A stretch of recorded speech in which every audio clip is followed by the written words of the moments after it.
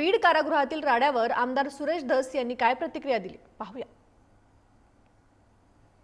हे जे आहे आका विरुद्ध बबन गीते या ज्या दोन टोळ्या आहेत परळीमधल्या, जे एकमेकाला संपविण्याची भाषा वापरणारे आहेत, या दोन टोळ्यामध्ये वाद झाल्याचं मला त्या ठिकाणी कळालंय। हे जो वाद झालेला आहे तो हा मुख्य दोन टोळ्यामध्ये, कारण ह्या दोन टोळ्याचं वैशिष्ट्य तुम्हाला माहिती आहे।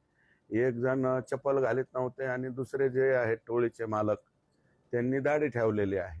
मारामारी फार मोठी झालेली नाही, थापडथोपडीची झाली, नंतर काहीतरी कर्मचारी वगैरे गेले आणि पण धावाधावी मात्र सगळ्यांचीच एकामेकावरती झालती आणि थापडथोपड सुद्धा दोन्ही गटाची त्या ठिकाणी झालेली आहे। हे हाणामाऱ्या आज झालेल्या आहे। बीडच्या जेलमध्ये काही बी होऊ शकतं ना।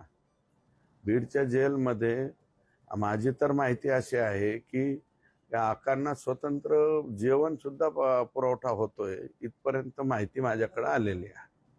आणि एक स्पेशल कोणता तरी फोन आहे ज्याच्यावरून आकांचा डायरेक्ट कनेक्शन कोणत्या तरी परळीतल्या एका फोनशी होतं, इथपर्यंत माहिती माझ्याकडे आलेली आहे। तर बीड कारागृहातील मारहाणीवर प्रवीण दरेकर आणि संजय शिरसाट आणि छगन भुजबळ यांनी काय प्रतिक्रिया दिली पाहूया। याची कल्पना नाही, त्या ठिकाणी कदाचित तो असंतोष बाहेर आला असेल, परंतु शेवटी आपल्याकडे कायदा आहे, न्याय व्यवस्था आहे, त्या ठिकाणी योग्य ती न्याय देण्याचं काम त्या ठिकाणी या यंत्रणा करत असतात। परंतु मला अजून का कुठे कशातनं मारहाण झाली याची कल्पना नाही, त्याच्यामुळे सविस्तर भाष्य करणं त्या ठिकाणी योग्य ठरणार नाही। काल बीडमधला प्रकार अत्यंत गंभीर होता। आजही ज्यांना अटक केलेली त्यांच्याकडून अनेक प्रकारची माहिती उपलब्ध करून घेण्याचं काम पोलीस करतायत आणि एखादा घटनेचा तपास चालू असताना त्याच्यावर भाष्य करणं योग्य होणार नाही।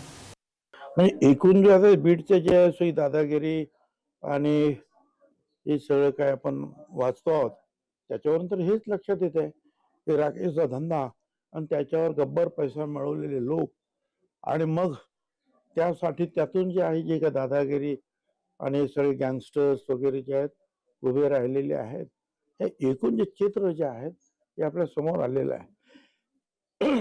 कदाचित ते चित्र इतर ठिकाणी सुद्धा असण्याची शक्यता नाकारता येत नाही।